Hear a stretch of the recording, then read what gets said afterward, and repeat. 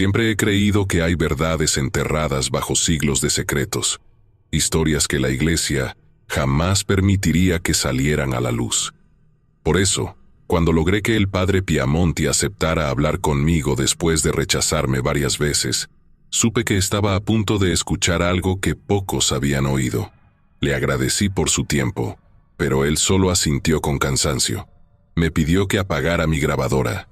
Lo que iba a contarme, dijo, no debía quedar registrado en nada que pudiera ser usado en su contra. Nos sentamos en una pequeña habitación con luz tenue. No había imágenes de santos ni crucifijos, solo estanterías repletas de libros antiguos. El aire estaba cargado con el aroma de papel viejo y humedad. «Escuche bien, muchacho», dijo con su voz rasposa. «No le estoy contando esto para que se asuste. Se lo cuento porque si usted ha llegado hasta aquí, entonces ya es demasiado tarde para ignorarlo». Me acomodé en la silla, tratando de ignorar el escalofrío que recorrió mi espalda. Saqué mi libreta y esperé. Durante muchos años, fui un exorcista dentro del Vaticano, comenzó.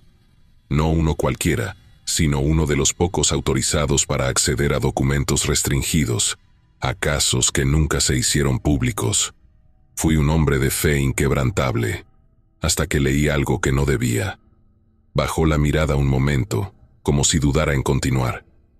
En la biblioteca secreta del Vaticano hay secciones a las que ni siquiera los obispos pueden acceder. Un día, por accidente o por destino, encontré un manuscrito sin título ni referencia. Solo tenía una fecha, 1689. ¿Qué contenía?, pregunté ansioso. El padre suspiró.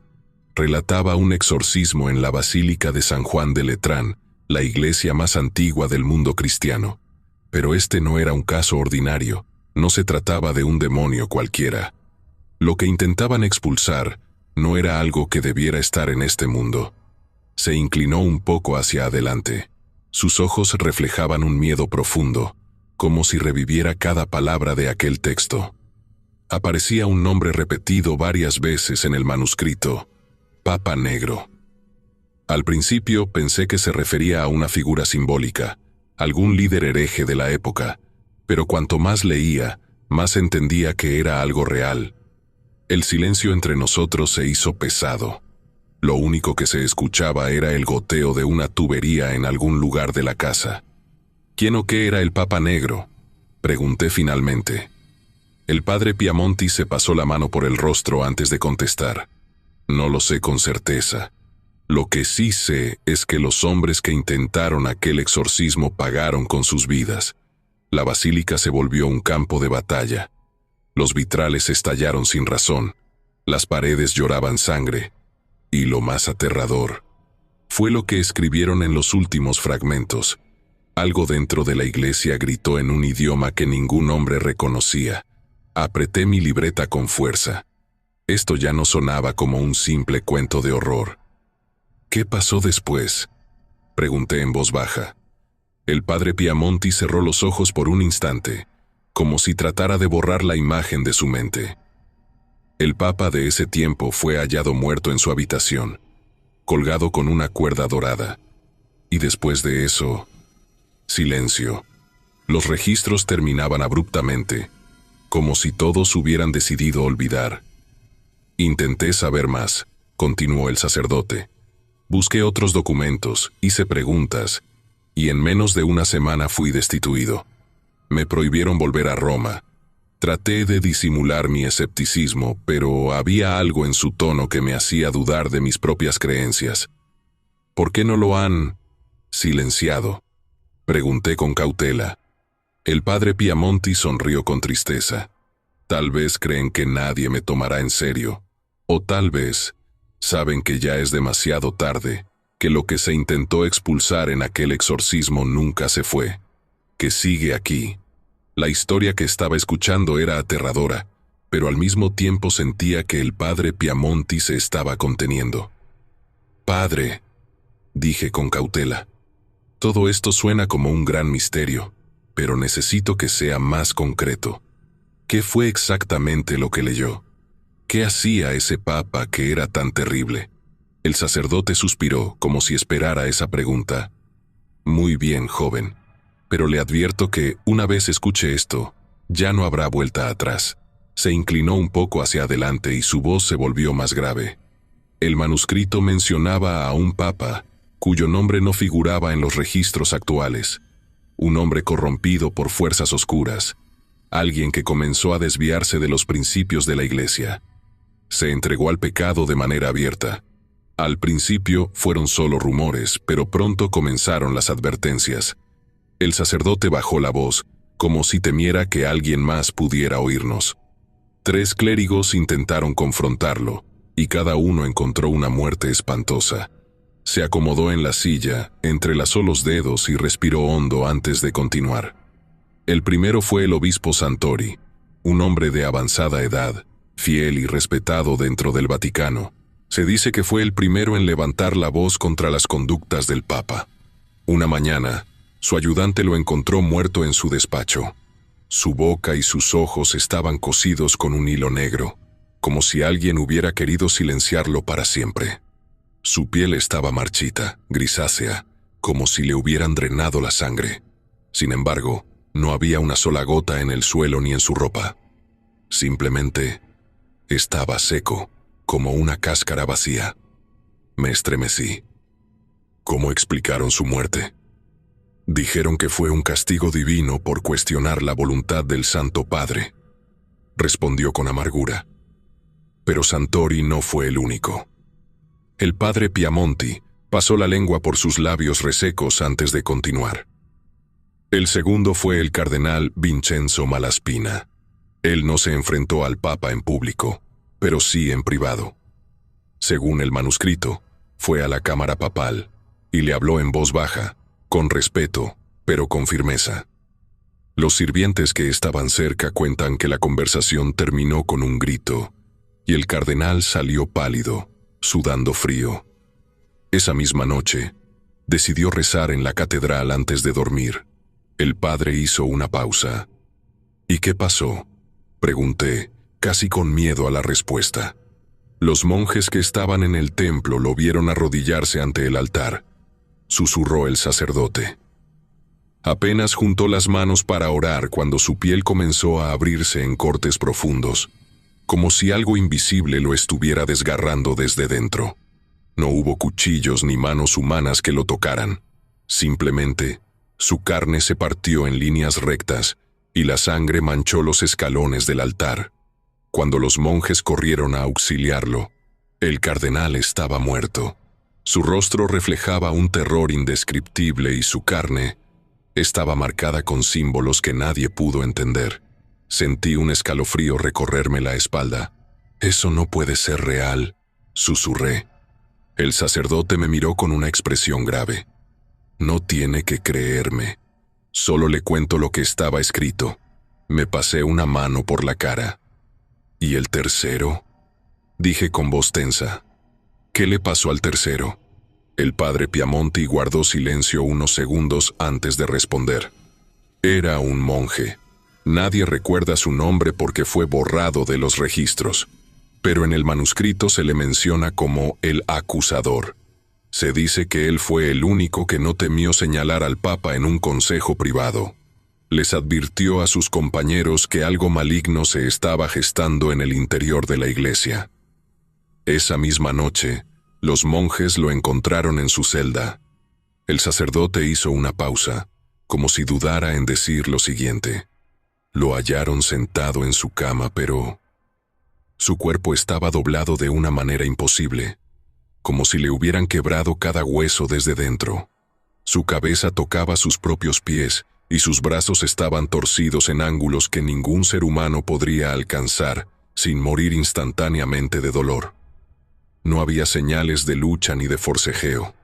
Simplemente, su cuerpo se había roto. El silencio se hizo insoportable. Después de eso, continuó Piamonti, nadie volvió a desafiarlo. Y ahí fue cuando todo comenzó a salirse de control. El padre Piamonti me observó con la misma seriedad con la que había relatado los macabros finales de los clérigos que osaron desafiar al Papa.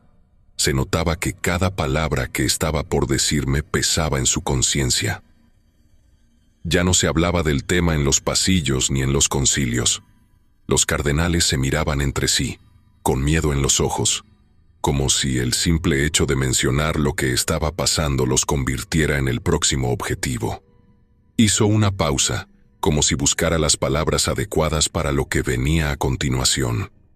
Pero la situación no mejoró. Al contrario, se inclinó ligeramente hacia adelante y bajó la voz. El Papa comenzó a salir de los aposentos papales por las noches. ¿Salir? ¿A dónde? Nadie lo sabe con certeza, dijo Piamonti. Pero los guardias de los pasillos juraban que lo veían caminando en las sombras, como si se deslizara en vez de pisar el suelo. Al principio, creyeron que era una visión, una alucinación causada por el cansancio o por el miedo mismo.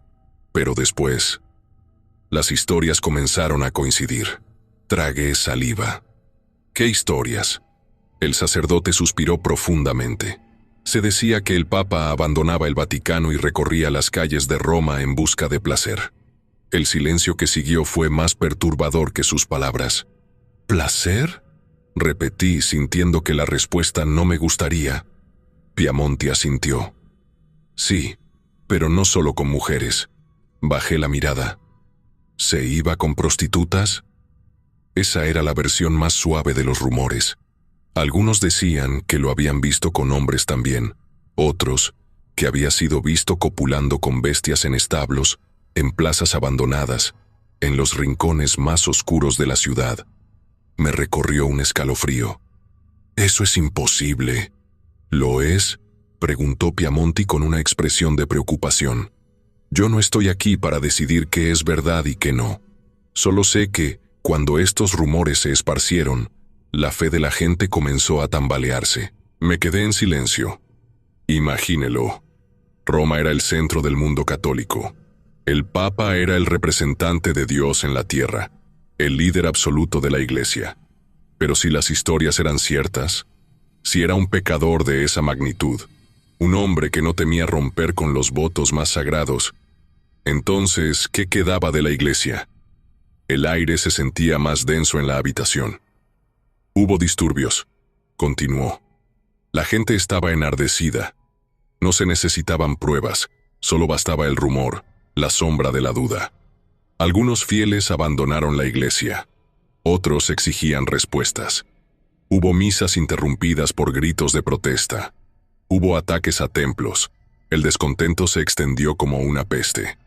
Lo que decía tenía sentido.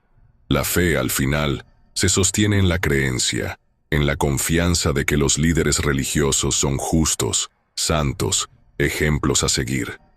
Pero si ese hombre, el más sagrado de todos, era visto entregándose a la lujuria más abominable, ¿qué esperanza le quedaba a la gente? Los cardenales sabían que no podían ignorarlo más, susurró Piamonti. No enfrentarlo significaba dejar que la iglesia colapsara bajo el peso del escándalo. Me froté el rostro tratando de procesar lo que estaba escuchando. Así que finalmente alguien decidió enfrentarlo, dije en voz baja. Sí, respondió el sacerdote, con un destello de tristeza en los ojos. Pero no sería un desafío como los anteriores. Esta vez ya no se trataba solo de religión, sino de supervivencia. Piamonti hizo una pausa. Se reunieron en secreto. 8 cardenales, hombres de poder dentro de la Santa Sede. No porque quisieran salvar la fe, sino porque sabían que, si no lo detenían, pronto la gente intentaría derribar las puertas del Vaticano con sus propias manos. Su voz se tornó aún más grave. Era enfrentarlo a él, o enfrentar a la multitud. El padre Piamonti entrecerró los ojos y tomó un largo respiro antes de continuar su relato. No fue una decisión fácil, dijo, pero aquellos cardenales sabían que no había otra salida. No podían simplemente asesinarlo, no podían entregarlo a la multitud, ni siquiera podían encarcelarlo sin levantar sospechas. Solo quedaba una opción, un exorcismo. Me removí en mi asiento. ¿Un exorcismo al Papa? Así es, afirmó con un tono sombrío. No fue un simple ritual, no era algo que pudieran hacer como si estuvieran sacando a un espíritu cualquiera. Sabían que, si las historias eran ciertas, si el Papa había llegado a ese punto, entonces lo que llevaba dentro no era una sola entidad, sino varias. Se inclinó hacia adelante y me miró fijamente. Aquellos cardenales descubrieron algo aterrador. Sentí un escalofrío recorrerme la espalda. El Papa estaba poseído por 6 demonios. Un silencio espeso se instaló en la sala. ¿6? 6, repitió. Y cada uno de ellos representaba un pecado o una calamidad para la humanidad. Piamonti tomó un rosario que colgaba de su cuello y lo sostuvo con fuerza. El primero era Asmodeo, el demonio de la lujuria, aquel que se alimenta del deseo carnal, de las perversiones más oscuras, de la degeneración sin límites. Tragué saliva. El segundo era Mamón, el demonio de la avaricia. No solo se alimenta del oro, sino del ansia de poder, del deseo insaciable de controlarlo todo. Mi piel se erizó. El tercero era Belcebú, el señor de la gula. No solo de la comida, sino del exceso, del derroche, del consumo desmedido de placeres terrenales. Me llevé una mano a la boca. El cuarto Samael, el demonio de la ira, de la violencia sin sentido, del caos, del placer por la sangre derramada. Piamonti cerró los ojos por un momento, como si intentara contener algo dentro de sí. El quinto era Leviatán, el demonio de la envidia, aquel que siembra celos, odio y traiciones, el que corrompe el alma con resentimiento. La habitación parecía haberse vuelto más fría. Y el sexto, el peor de todos, Lucifer, el ángel caído, la soberbia encarnada, aquel que desafió a Dios mismo. El aire se sintió denso. El Papa no era un hombre poseído por un demonio, murmuró Piamonti. Era un cascarón ocupado por 6 entidades infernales. Mi mente intentó procesarlo. ¿Cómo pudieron exorcizar algo así? El sacerdote sacudió la cabeza. No fue un exorcismo común. Se prepararon durante días, ayunaron, oraron sin descanso. Sabían que estaban por enfrentar algo que ningún otro sacerdote en la historia había enfrentado. Tragué saliva. Lo hicieron en el lugar más sagrado de la iglesia, a puerta cerrada. Solo los cardenales más fuertes espiritualmente participaron. Sellaron el recinto con símbolos sagrados, pusieron reliquias en cada esquina, y aún así, todos murieron. Mi corazón se aceleró. ¿Todos? Uno por uno, asintió. Algunos fueron despedazados por fuerzas invisibles, otros se desplomaron, como si su alma hubiera sido arrancada de sus cuerpos. Hubo quienes ardieron en llamas de la nada, y otros cuyos cuerpos simplemente se marchitaron hasta quedar irreconocibles. Mis manos sudaban, pero lo lograron. Sentí que mi pecho se oprimía. ¿Lograron expulsar a los demonios? Piamonti negó con la cabeza. No pudieron sacarlos, pero los debilitaron. No entendía. Entonces, el sacerdote entrelazó las manos sobre la mesa. Encerraron al Papa en un calabozo dentro del recinto sagrado, un lugar que solo unos pocos conocen, sellado con todas las protecciones que la Iglesia pudo ofrecer. Mi piel se erizó. ¿Y lo dejaron ahí? No podían hacer otra cosa, murmuró. Ya no era un hombre. No podía gobernar. No podía caminar entre la gente sin que el mal lo rodeara. Su cuerpo quedó sellado en una celda oscura, un sitio donde su presencia no pudiese seguir contaminando el mundo. Sentí náuseas. Pero, si lo encerraron, alguien tuvo que reemplazarlo. Piamonti asintió lentamente. Así es. Se designó a otro papa de inmediato. Alguien que pudiera restaurar el orden, que trajera paz y devolviera la fe a la gente. Me froté el rostro, tratando de ordenar mis pensamientos. Entonces, ¿la iglesia siguió adelante como si nada? El sacerdote no respondió. Solo me miró con una expresión que no supe descifrar. Es lo que la historia oficial dice, susurró. Un escalofrío recorrió mi espalda. Aún tengo muchas preguntas. Piamonti exhaló lentamente. Y yo no tengo todas las respuestas. El silencio nos envolvió como un sudario. Y, por primera vez en mi vida, sentí miedo de la verdad. No sé si era la forma pausada en la que el padre Piamonti hablaba, o si realmente algo más llenaba el espacio, pero sentía una opresión en el pecho que me dificultaba respirar. Padre. Mi voz sonó apenas como un susurro. ¿Qué pasó con aquel papa después de ser encerrado? El sacerdote no respondió de inmediato. Sus ojos se fijaron en el suelo, como si intentara encontrar las palabras adecuadas. Sus dedos tamborileaban suavemente sobre la mesa, un tic nervioso que no había mostrado antes. Lo que dicen los escritos es inquietante, dijo al fin. No me gustó el tono con el que lo dijo. El calabozo donde lo metieron en un principio no fue suficiente. Fruncí el ceño. No fue suficiente. Los guardias que lo vigilaban comenzaron a morir, explicó. Algunos desaparecieron sin dejar rastro. Otros fueron encontrados en sus celdas con los ojos abiertos, mirando al vacío, con el rostro congelado en una mueca de terror absoluto. Parecía como si hubieran visto algo tan espantoso que sus corazones se detuvieron al instante. Un escalofrío me recorrió la espalda. Pero, ¿de qué murió exactamente esa gente? Piamonti negó con la cabeza. Nunca se supo con certeza. Los médicos de la época no encontraron signos de enfermedad o heridas visibles. Simplemente murieron, con los músculos de sus rostros tensos, como si hubieran gritado hasta su último aliento. Tragué saliva.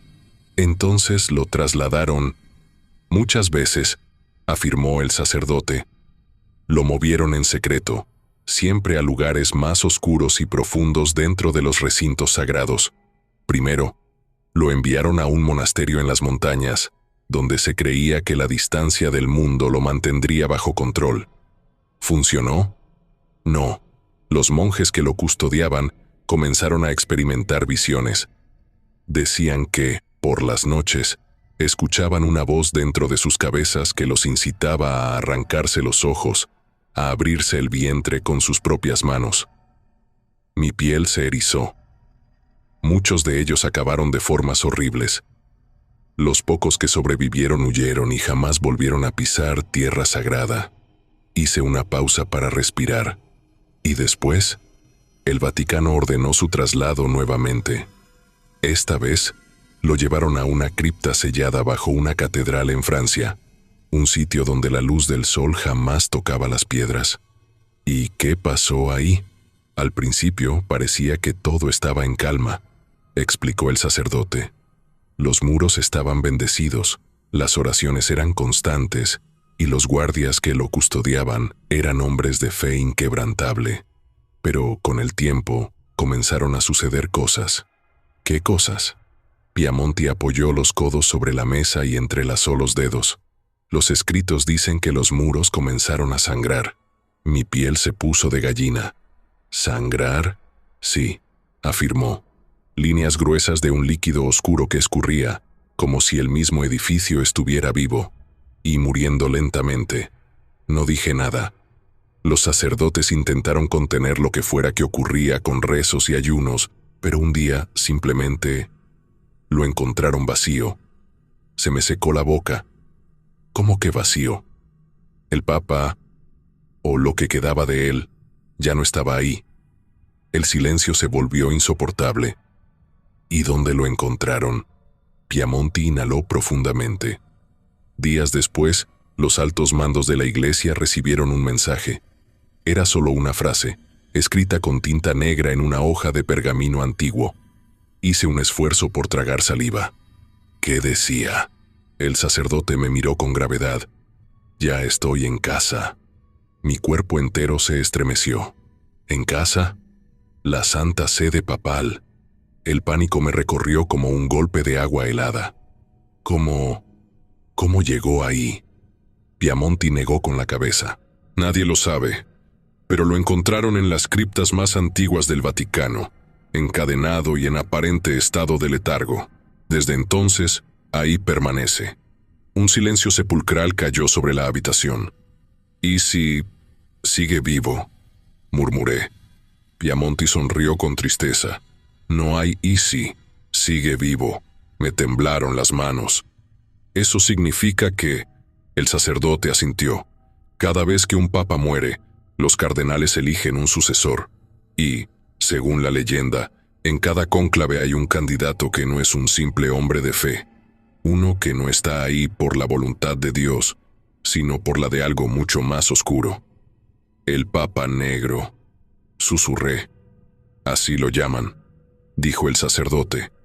«No por el color de su piel, sino por la malicia de su alma». El frío que sentí en ese momento fue indescriptible. «Entonces, ¿la profecía es real?». Piamonti no respondió, simplemente hizo la señal de la cruz. La entrevista terminó ahí. Pero el miedo, ese me ha acompañado desde entonces.